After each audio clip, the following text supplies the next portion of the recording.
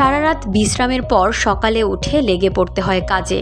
আর সকালে ঘুম থেকে উঠে কাজের আমেজ তৈরি করা খুব জরুরি। দিনের শুরুটা সুন্দর হলে সারাদিনই ভালো কাটে। বিশেষ করে শরীরের সব কার্যপ্রক্রিয়া স্বাভাবিক রাখা খুবই জরুরি। এজন্য যা যা করতে পারেন তা জানিয়েছেন পুষ্টিবিদ আশ্লেষা যোশী।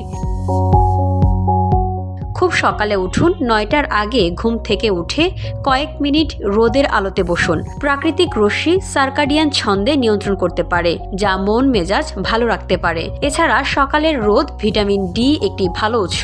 ভিটামিন ডি যকৃৎ ভালো রাখে এবং রোগ প্রতিরোধ ক্ষমতাকে প্রভাবিত করে। এরপর সকালটা শুরু করুন পানি শূন্যতা দূর করার পদক্ষেপ নিয়ে।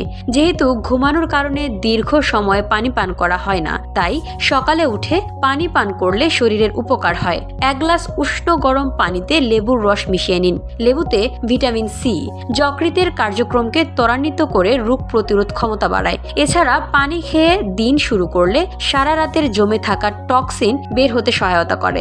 এবার 5 থেকে 10 মিনিট গভীর শ্বাস প্রশ্বাস নেওয়ার মাধ্যমে ধ্যান করুন।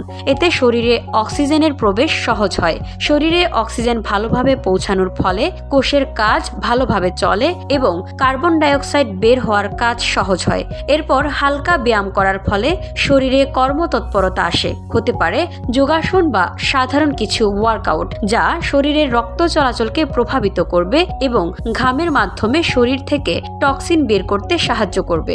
আর সকালের খাবার সারা দিন শরীরে শক্তি সরবরাহের জন্য অত্যন্ত গুরুত্বপূর্ণ। তাই সকালে ফাইবার জাতীয় খাবারকে প্রাধান্য দিতে হবে।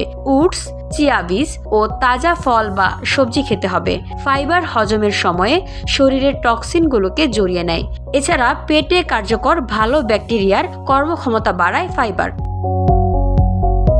VOD Bangla news desk.